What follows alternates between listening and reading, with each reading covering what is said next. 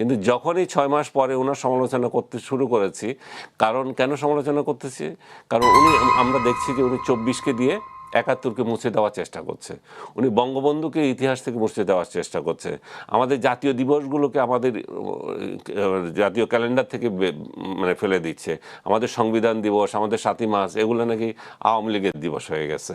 So সার্বিক কার্যক্রমে দেখা যাচ্ছিল যে উনি আসলে মৌলবাদীদের খপ্পরে পড়ে এবং একটা মৌলবাদী সরকার প্রতিষ্ঠা করার জন্যই তার কার্যক্রম চালানো জায়গায় বিরোধিতা করেছি, সেই জায়গায় আমার ওনার এই সমস্ত কার্যক্রমের প্রতিবাদ করেছি। তার মানে এই না যে তো এটা এমন কোনো কিছু না, আমরা দ্বিমত করেছি। প্রতিবাদ মানে কি আমি তো রাস্তায় গিয়ে কোনো ওনার জন্য কোনো বক্তৃতা করি, সেটা তো আপনার লেখায় যদি জনমত গঠন হয় সেটা তো আপনি এটার জন্য আপনি দায়ী হবেন নাকি? আপনি দেখবেন যে আপনি ওই লেখাটাতে সত্য কি মিথ্যা সেটা হচ্ছে বিষয়, জনমত কোন দিকে গেল সেটা দেখা দায়িত্ব অন্যের, কিন্তু আপনি সত্য বলছেন কিনা সেটা হচ্ছে বিষয়। আমি এই পুরো জুলাই মাস না আজ পর্যন্ত ওনার বিরুদ্ধে এমন কোনো অসত্য তথ্য দিয়েছি কিনা, আমি একটা তথ্যে ওনার প্রেস উইং খুব চটে গিয়েছিল।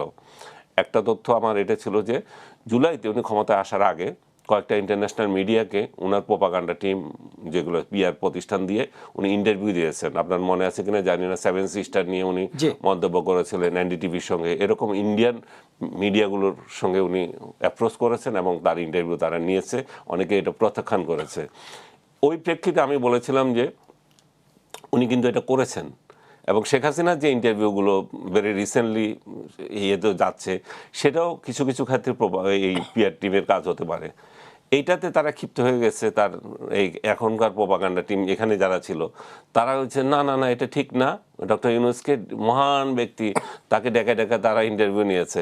আমি যখন প্রমাণ সহ দিলাম কোন কোন পত্রিকাকে দিয়েছে, কিভাবে অ্যাপ্রোচ করেছে, তখন তাদের গায়ে লাগে চেষ্টা করছিল যে আমাকে ধরার জন্য একটা প্রোপাগান্ডা চালাচ্ছিল।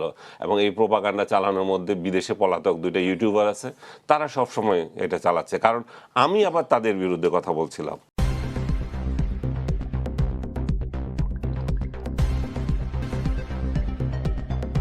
News Vision Digital Multimedia.